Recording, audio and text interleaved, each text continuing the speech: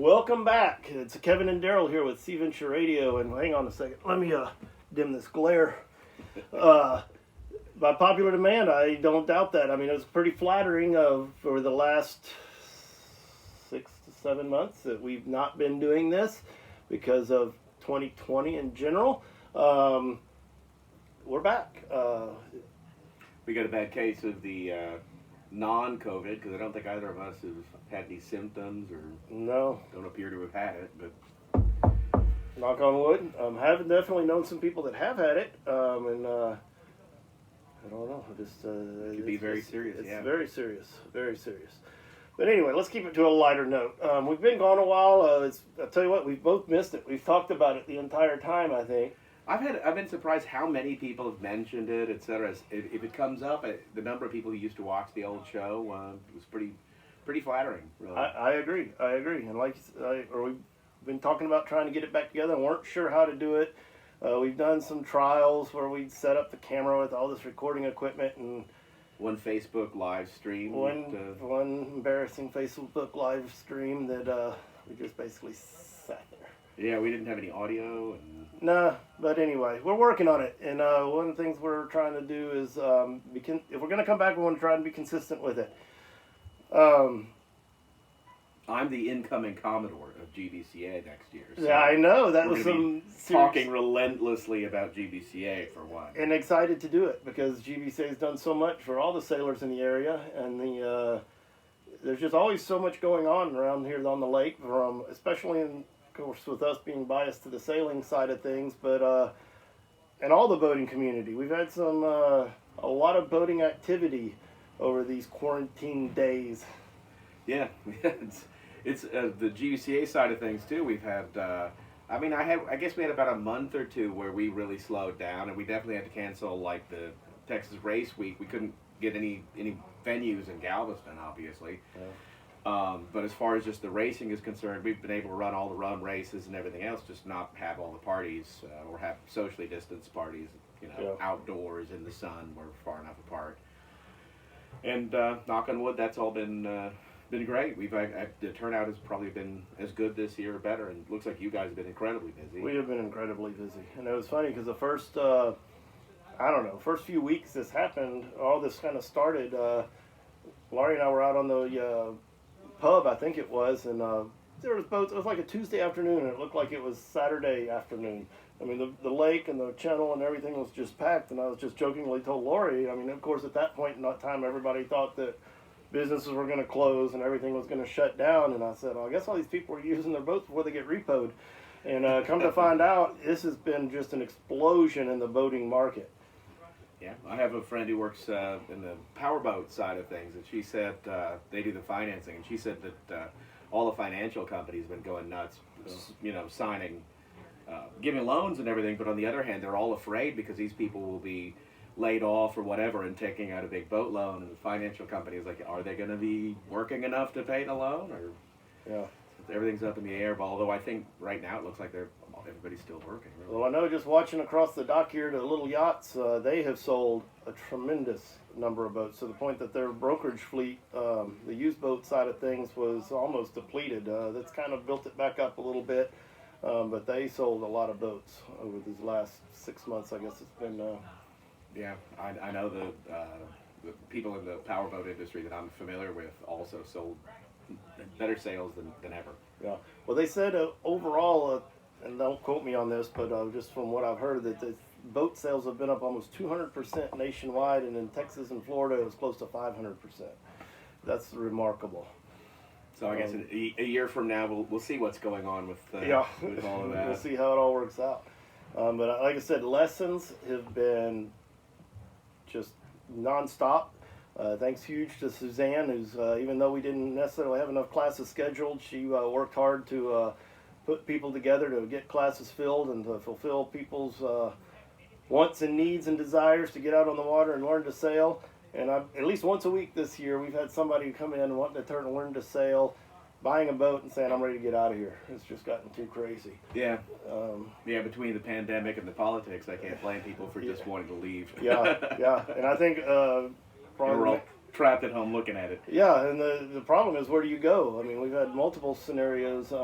Sailing Saluna early on before hurricane season, and wow, that's a whole nother show and topic for this year. They're still going on. But Sailing Saluna was stuck in Antigua for a while at the onset of hurricane season, and they were concerned that what happened if they got stuck in Antigua, right in the hurricane alley there almost, and fortunately Grenada opened up and they ended up down there. Yeah, I know. That's interesting too. It's like Bill and Joanne, friends with them on Facebook, and it's 2 hurricanes now they've had to tie up for because they really got whacked. And there's another one they're watching right now. Yeah. Yeah, Louisiana got 4, I think, 6. 4 or 5 or yeah. Yeah, it was funny because, not funny, but we had some customers that endured Laura. I guess it was the first hurricane that went through and hit Louisiana, and they, about a month or so later, they had a charter planned, and they were like, we just want to get away to just get away from recouping from the hurricane. Well, I don't even remember the name of that one, but they ended up being here during their evacuation because of the next hurricane that hit, and that was, I don't think it was as bad of a storm, but all the debris from Laura was still laying around from the devastation that she caused, and that next storm it was just like projectiles. If you hadn't been through a hurricane, it's yeah, and it's an experience. You know, the online experience is kind of funny because one of my Facebook friends posted a drone video after the hurricane that went through Cameron, Louisiana. So I'm watching, and there's these empty, what had been a trailer park, and it's just the slabs left behind, and I'm thinking, you can tell what it was, but there's nothing there. And just an hour or two later, another friend of mine posted he'd been in that trailer park and pulled his trailer out because he's doing some kind of work in Louisiana.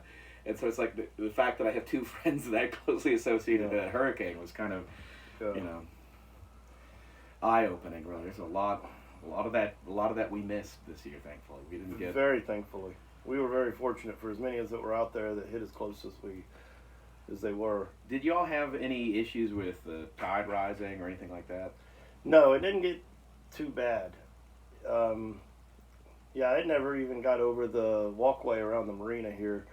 Well, yeah, we were just extremely fortunate. Laura, we pretty much went all out and secured all the boats and prepared for things. And then the others, we just kind of watched. And shout out to everyone that helped. We had Brent from Upper Coast Marine stopped by to help. We had Mike and Kelly, which are on the boat, Anna Subterra down the dock here, stopping to help.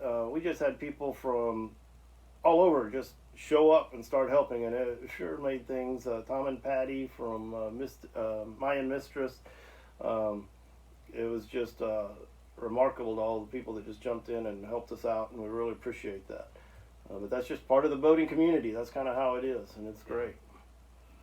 Yeah, I remember I even during Harvey, which really didn't hit the boating community very hard at all because it was just rain. Yeah. Stinger my father's boat was sitting over there at Lakewood registering 2 knots of current. Wow. Tied into slip, there was 2 knots of current blowing underneath the boat. So with that, this hurricane season's been pretty mild for us, you know, compared to many of the past seasons. Yeah, it's definitely kept us on our toes, so. And it still is.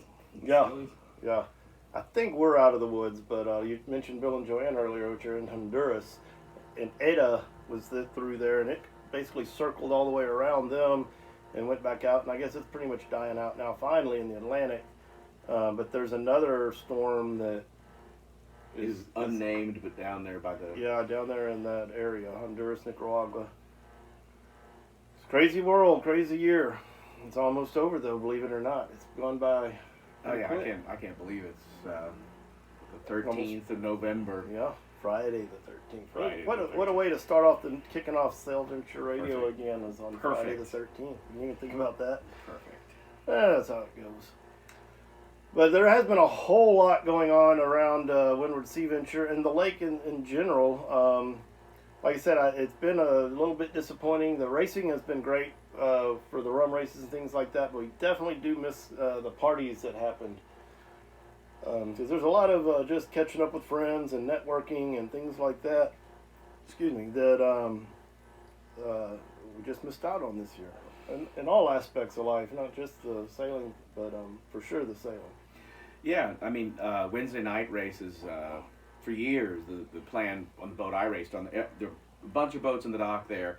They'd all get off the boats, and we'd stand around for a couple of hours eating, grilling sausage and things like that, and drinking beer and hanging out. And you really couldn't do that this year. You know, you can't have a buffet full of anything with people standing over it and eating on it. And you didn't really want, most of these people didn't want to be around each other to some extent because, you know, they or their family members are in one of the groups that's at risk for the virus. So it just shuts things down. Yeah, definitely got to be precautious. And unlike us, being the young, spry chicks we are, a lot of the and so thin, you know, I'm obviously my health wouldn't be an issue at all. But there, a lot of the sailing community is a little bit older, especially on the boats we're participating on. So you definitely got to consider that and take those precautions. Yeah, coming up, being Commodore next year, that's going to be a constant issue. We can have some parties outside, etc., depending on what the local and state government has to say about it and what we think is appropriate. But like the GBCA clubhouse is just, it's close quarters, and I don't think it's appropriate for, you know, as long as we think the virus is still an issue, I don't think it's appropriate for us to be packing it with 200 people. Right, and the buffet, that's what's going to be interesting to see how, like, the China buffets and the big restaurants and things that are buffet, was it Ryan's Steakhouse, or is it that has a big buffet type? I mean, we'll have to see how all those places accommodate or change or deal with this. And the parties I've seen that they have had, the small parties at like Lakewood or HYC or something, they've socially distanced the tables, and then they have to have somebody serving the food, and then they have to have somebody serving the drinks, and you can't have, you know, you have to have constant wipe down and everything else. So it's expensive, and it's, you know, takes some of the fun out of it. Yeah, definitely. So things going on though. The fall series is kicked off already, and what's the schedule on that? Well, we've got the next 3 races coming up. Really, the only 3 races left in the season for anybody. Our HYC's Turkey Day Regatta is I want to say that's a week from Saturday, right? It's not this Saturday, but the next one. So the weekend before Thanksgiving. That's a big race. Anybody who races should definitely sign up for that one, because if you win first or second, I think first, second, and third usually they give you a frozen turkey, and so you can go home and you don't have to buy a turkey for Thanksgiving. Yeah. Defrost before deep frying. Exactly. Defrost before deep frying. And then the weekend after that is the GBCA's fall series race, and then I believe the first week of December, the first Saturday in December, is going to be the Chili Chase Regatta, which is the 3rd race in the fall series. And you know, I'm not sure what we're going to do. Normally you have a chili cook-off. Obviously we're not going to be able to have people bringing chili in and serve, you know, 10 different kinds of chili to people. We're not going to have a contest for tasting chili and all the rest of it, so I'm not really sure what we're going to do with that. I'm sure it will be a distance race, though, as usual. The race will be a lot of fun, and unless the weather's horrible, I'm sure we'll find a parking lot or somewhere else we can socially distance to have, you know, anybody who feels secure and wants to come and have a drink and watch somebody get a trophy. But that's the racing left for this season. And of course, start January.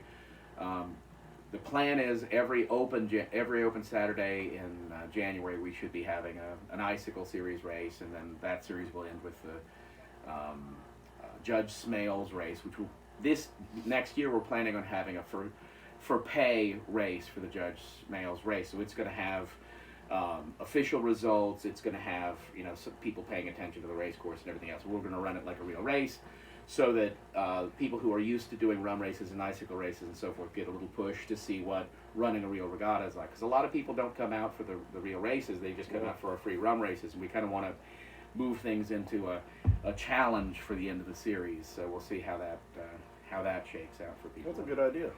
One way or another, you can still wear your ascot and your captain's hat, so you look like Judge Smales from Caddyshack. Or a gopher. Or a gopher. Gopher. Yeah. Our treasurer, Marty, GBCA, has a mask. It's a full head mask that looks like a gopher. A gopher or golfer? This one looks like a gopher. I'm not even sure if Marty is a golfer. I kind of doubt it. But he comes out and he wears that mask on a pretty regular basis, though. You'll see him out there. Well, you got to wear a mask nowadays. You gotta wear a mask. It could be a gopher mask. Yeah. I've been meaning to get my gorilla mask out, but it's just been too hot. Now that it's winter, I might. It's still pretty warm and humid right now. now. Yeah, that's okay. I'm not complaining. November 13th. No. Well, there's a lot of activity. Windward's, we've been busy and all year. We really have since May-ish, when everything's really kind of opened back up.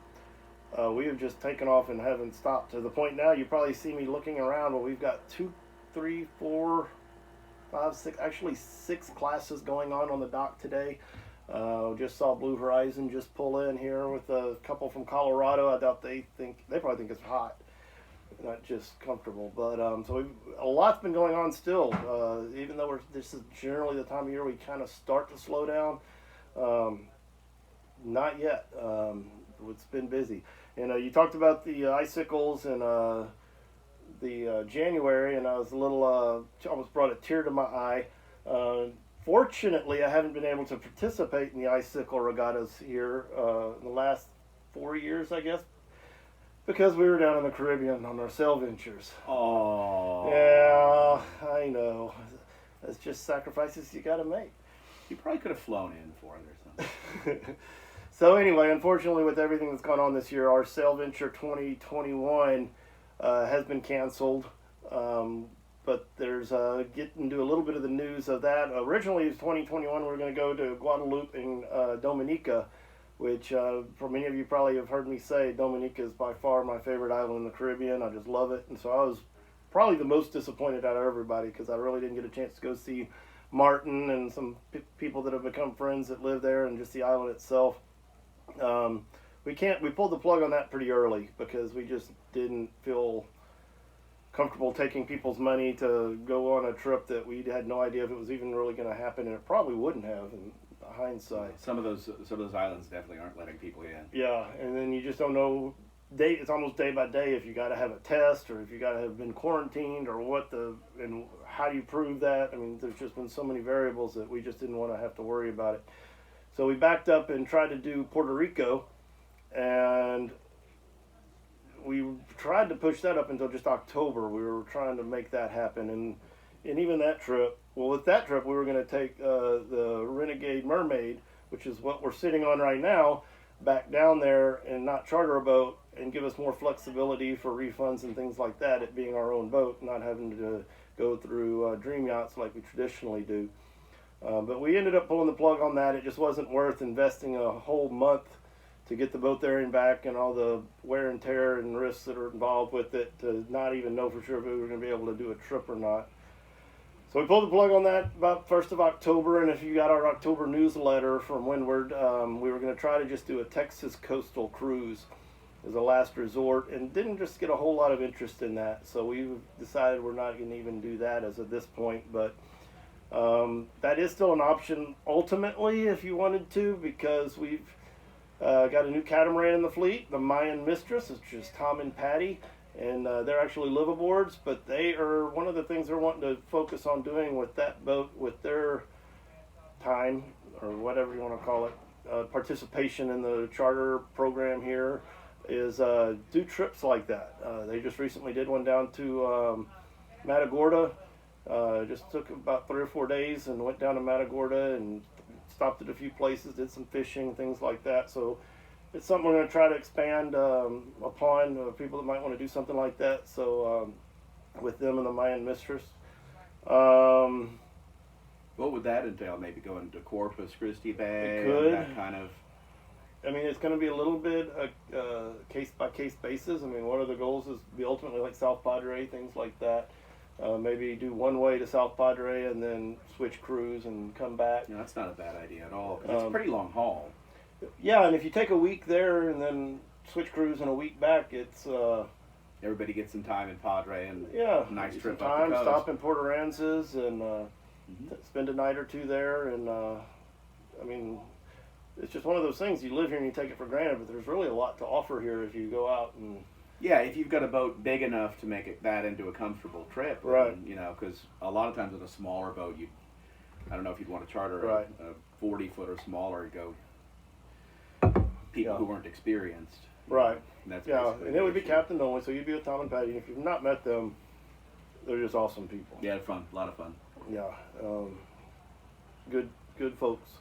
You'll probably be, if you haven't met them yet and you come around on the Windward dock, you will. Looks like the fourth member of ZZ Top is Tom. So if you see the fourth member, ZZ Top here on the dock, it's Tom. Let's see, I'm drawing a blank here. We were talking about, speaking of on the dock here and jumping a little bit off topic, one of the things Kevin and I have talked about is doing something with Windward sponsoring a race or something, or a post party, because it's outside, and with the finger piers in the dock, you're forced to kind of distance because there's just not enough room to be that close to each other. So that's something we're thinking about putting our heads together, and it's exciting. I'm excited about Kevin being Commodore there, because we've had a little bit of history over probably close to 10 years now, I guess. Yeah, more than 10 years. Done a lot of sailing together, and A lot of racing. Of racing. It's fun.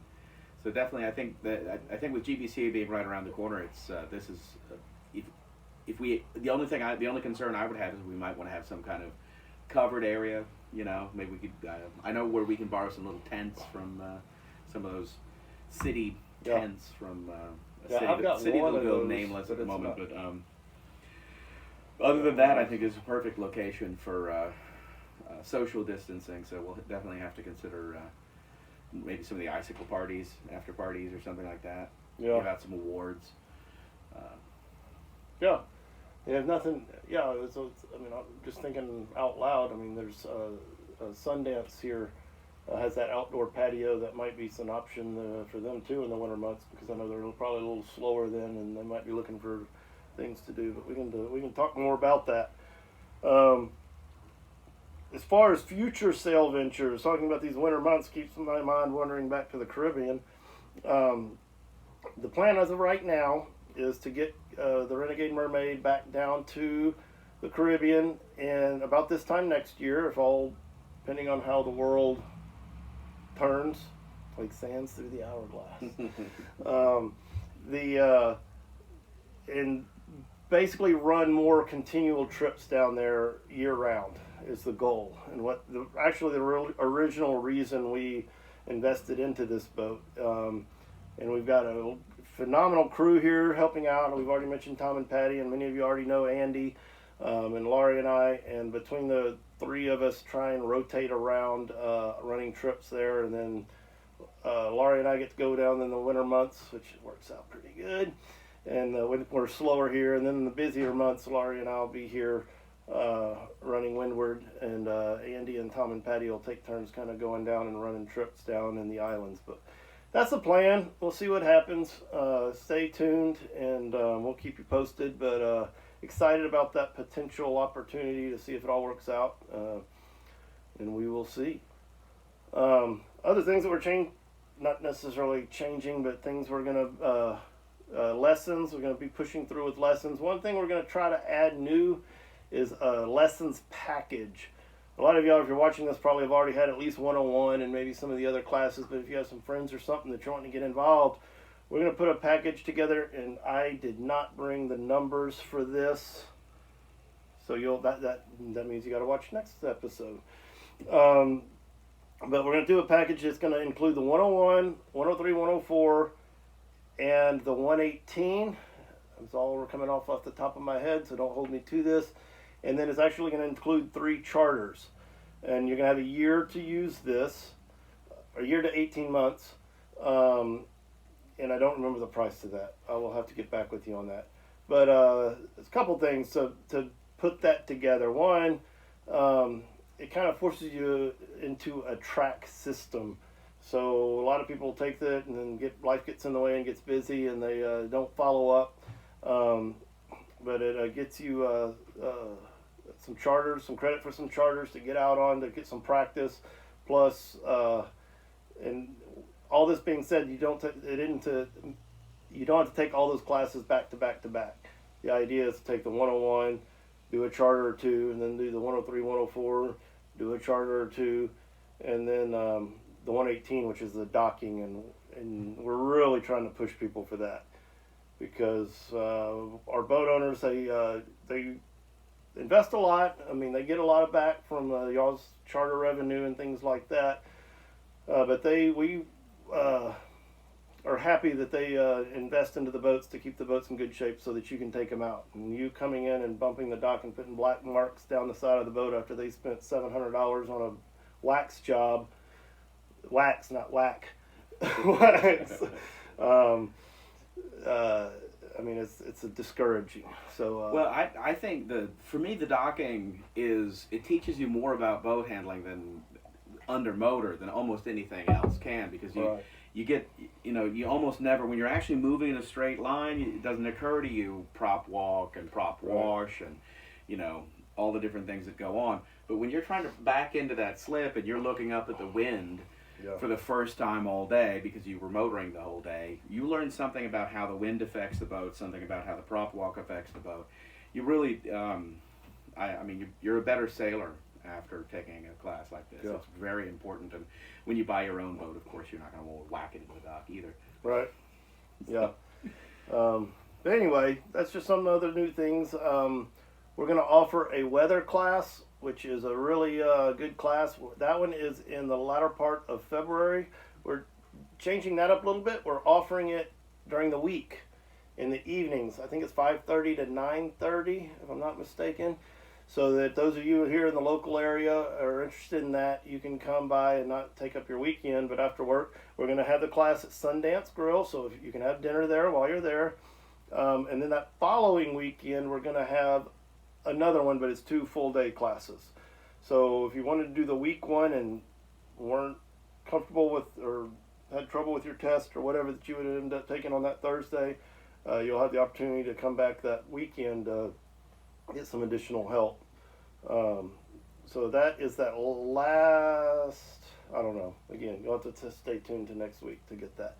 Our newsletter, that was in our newsletter, but we aren't 100% prepared for this first episode back, but we're working on it. Or I'm not. Yeah, we're out of practice. Yeah. Definitely out of practice. And having the official studio there in front of us did make it seem, it got your mind into the same mold every time you sat down. And somebody was sitting on the other side of a window tapping on it, like, hey, stupid. Yeah, and I need that. Yeah, we both could use a little of that.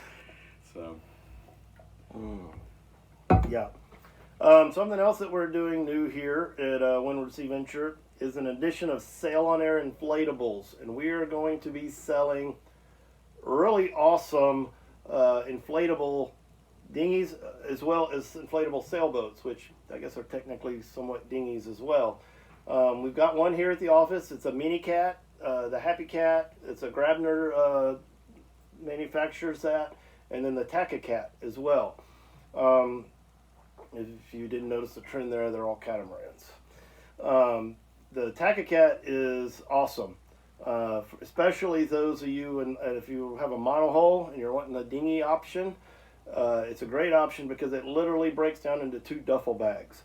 You don't have to worry about investing $20,000 with Jay-Z and davits. You don't have to worry about strapping a dinghy down to your foredeck with a hard bottom, because now you can't open your hatches and it's just in the way when you got to go up and deal with anything up on the foredeck. It's just a great alternative, especially monohulls. And the reason I say especially monohulls is because most cats have davits on the back and it's just kind of the standard. But as far as monohulls, the Taka Cat is a great option. And I got an email actually right before we came down here to do this that our website is done. It's not up, but it's getting real close. And that's the only reason I've been a little bit reluctant to talk too much about this, because I don't have the information to provide you in a good way up until, sounds like today. According to the email, our web guy has got things ready to go, and we'll hopefully launch that here soon. So maybe our next episode will be sitting on a Taka Cat. Yeah, maybe. maybe. But the cool thing about the inflatable sailboats is they're just awesome, and you can literally store it in your closet. So if you're wanting to get into sailing, or maybe you've been into sailing and you want a sailboat, I mean, this is an inflatable sailboat. It's almost like a Hobie Cat. It pretty much is like a Hobie Cat. And you can deflate it. It takes about 15 to 20 minutes to set up. And we'll be getting more information to you on that. So how big is it? Is it something that's going to fit in the trunk of a car?